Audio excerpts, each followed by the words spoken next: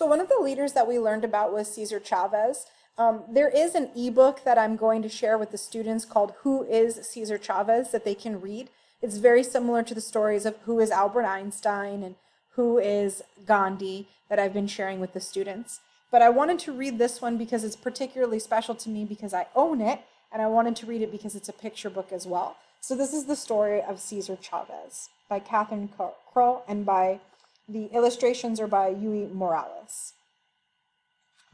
It's also a award-winning book as well.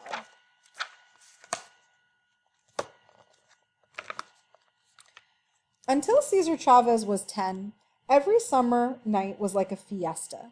Relatives swarmed onto the ranch for barbecues with watermelon and lemonade and fresh corn.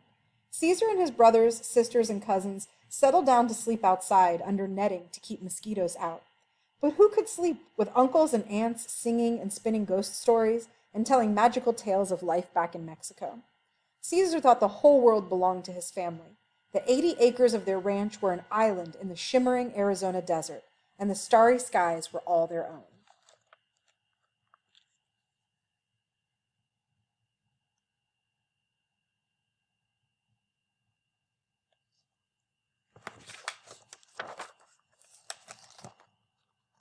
Many years earlier, Caesar's grandfather had built their spacious adobe house to last forever, with walls 18 inches thick.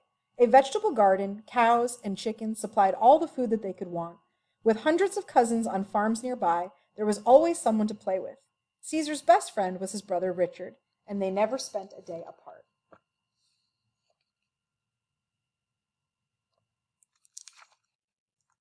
Caesar was so happy at home that when he was actually a little afraid when school started. On his first day, he grabbed the seat next to his older sister Rita. The teacher moved him to another seat, and Caesar flew out of that door and ran home. It took 3 days of coaxing for him to return to school and to take his place with the other first graders. Caesar was stubborn, but he was not a fighter. His mother cautioned her children against fighting, urging them to use their minds and their mouths to work out conflicts. I love this scene where you can see that he's running from the school and from the teacher, and then how he's hiding and he requires a lot of coaxing from his mother to come out so that he can go back to school. Then in 1937, the summer when Caesar was 10, the trees around the ranch began to wilt, and the sun baked the farm soil rock hard. A drought was choking the life out of Arizona, and without water for the crops, the Chavez family couldn't make money to pay its bills. There came a day when Caesar's mother couldn't stop crying, and in a daze, Caesar watched his father strap their possessions onto the roof of their old car. After a long struggle, the family no longer owned the ranch. They had no choice but to join the hundreds of thousands of people fleeing to the green valleys of California to look for work.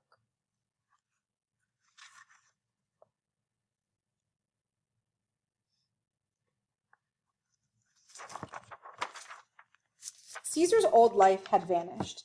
Now his family were migrants, working on another person's farm, crisscrossing California, picking whatever fruits and vegetables were in season.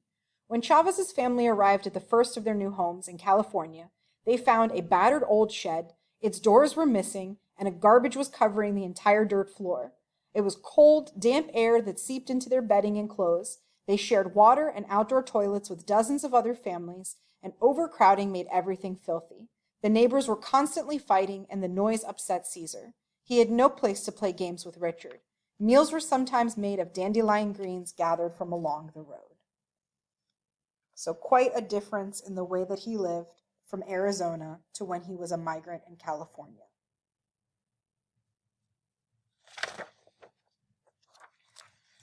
Caesar swallowed this bitter homesickness and worked alongside his family. He was small and not very strong, but still a fierce worker. Nearly every crop caused torment. Yanking out beets broke the skin between his thumb and index finger. Grapevines, sprayed with bug-killing chemicals, made his eyes sting and his lungs wheeze. Lettuce had to be the worst. Thinning lettuce all day with a short handle hoe would make hot spasms shoot through his back. Farm chores on someone else's farm instead of his own felt like a form of slavery. The Chavez family talked constantly of saving enough money to buy back their ranch, but by each sundown, the whole family had earned as little as 30 cents for their days of work. As the years blurred together, they spoke of the ranch less and less.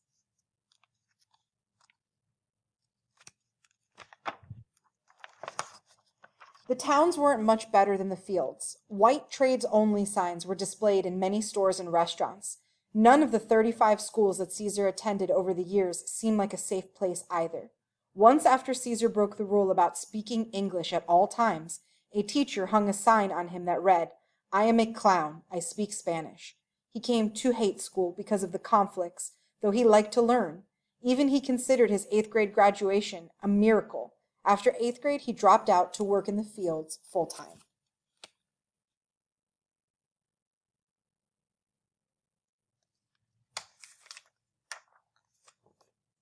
His lack of schooling embarrassed Caesar for the rest of his life, but as a teenager, he just wanted to put food on his family's table.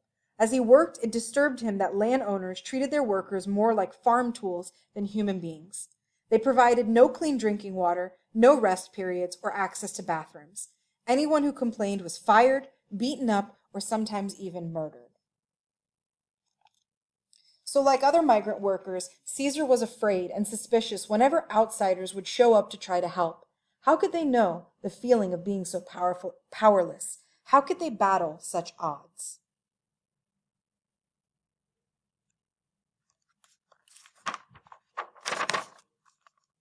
Yet Caesar had never forgotten his whole life in Arizona and the jolt that he had felt when it was turned upside down. Farm work did not have to be this miserable. Reluctantly, he started paying attention to the outsiders. He began to think that maybe there was hope, and in his early 20s, he decided to dedicate the rest of his life to fighting for change. Again, he crisscrossed California, this time to talk to people into joining his fight. At first, out of every 100 workers he talked to, perhaps one would agree with him. But one by one, this is how he started.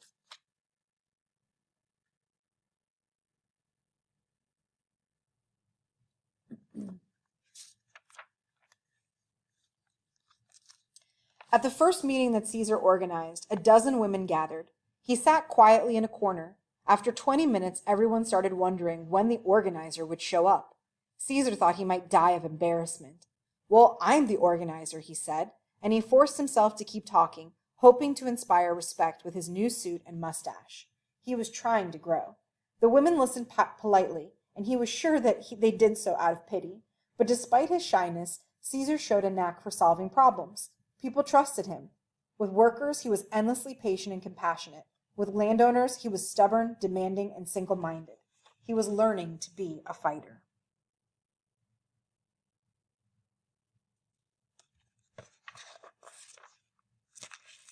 In a fight for justice, he told everyone truth was a better weapon than violence. Nonviolence, he said, takes more guts. It meant using imagination to find ways to overcome powerlessness. More and more people listened. One night, 150 people poured into an old abandoned theater in Fresno.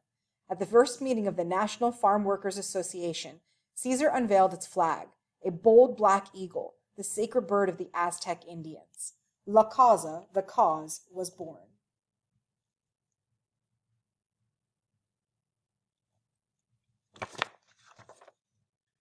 It was time to rebel, and the place was Delano. Here, in the heart of the lush San Joaquin Valley, brilliant green vineyards reached towards every horizon, and poorly paid workers hunched over grapevines for most of each year. And then, in 1965, the vineyard owners cut their pay even further. Caesar chose to fight just one of the 40 landowners, hopeful that others would get the message. As plump grapes drooped, thousands of workers walked off the company's fields in a strike, or a huelga, which is a strike in Spanish. Grapes went ripe, but they did not last long.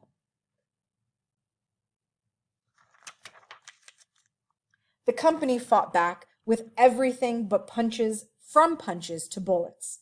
Caesar refused to respond with violence. Violence would only hurt La Causa.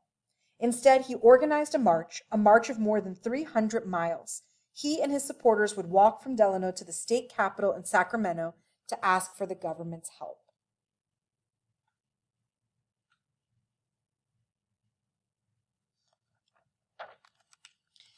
Cesar and 67 others started out one morning. Their first obstacle was the Delano police force, 30 of whose members locked arms to prevent the group from crossing the street.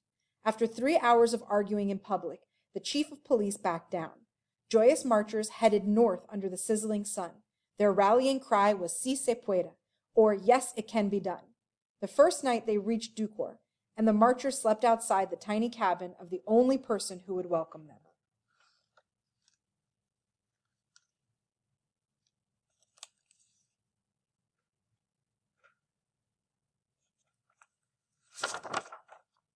Single file they continued, covering an average of 15 miles a day. They inched their way through the San Joaquin Valley while the unharvested grapes in Delano turned white and with mold. Cesar developed painful blisters right away. He and many others had blood seeping out of their shoes. The word spread. Along the way, farm workers offered food and drinks for the marchers as they passed by. When the sun set, marchers lit candles and kept going.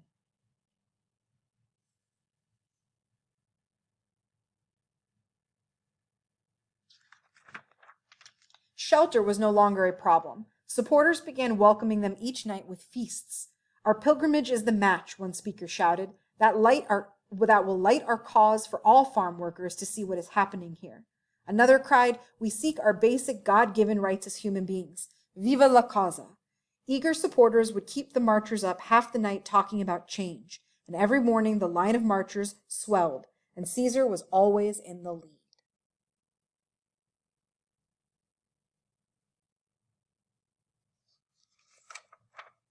On the 9th day, hundreds marched through Fresno. The long, peaceful march was a shock to people unaware of how California farm workers had to live.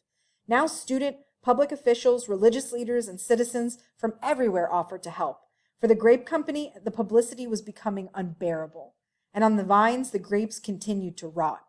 In Modesto, on the 15th day, an exhilarated crowd celebrated Caesar's 38th birthday. 2 days later, 5,000 people met the marchers in Stockton with flowers, guitars, and accordions. That evening, Cesar received a message that he was sure was a prank, but in this case, it was true. He left the march and had someone drive him all through the night to the mansion of a wealthy person in Beverly Hills. Officials from the grape company were waiting for him, and they were ready to recognize the authority of the National Farm Workers Association, promising a contract with a pay raise and better conditions. Cesar rushed back to join the march.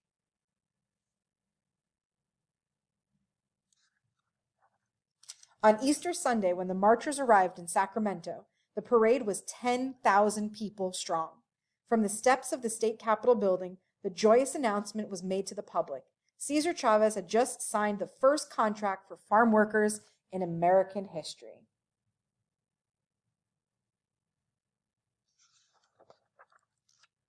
The parade erupted. It erupted into a giant fiesta. Crowds swarmed the steps, and some people cheering and many weeping. Prancing horses carrying men in mariachi outfits, everyone sang and waved flowers or flags. They made a place of honor for the 57 marchers who had walked the entire journey. Speaker after speaker, addressing the audience in Spanish and in English, took the microphone. "You cannot close your eyes and your ears to us any longer," cried one. "You cannot pretend that we do not exist." The crowd celebrated until the sky was full of stars.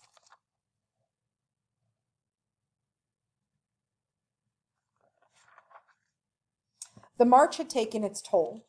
Caesar's leg was swollen, and he was running a high fever. Gently he reminded everyone that the battle was not over. It is well to remember there must be courage, but also that in victory there must be humility. Much more work lay ahead, but the victory was stunning. Some of the wealthiest people in the country had been forced to recognize some of the poorest as human beings. Cesar Chavez had won this fight without violence, and he would never be powerless again.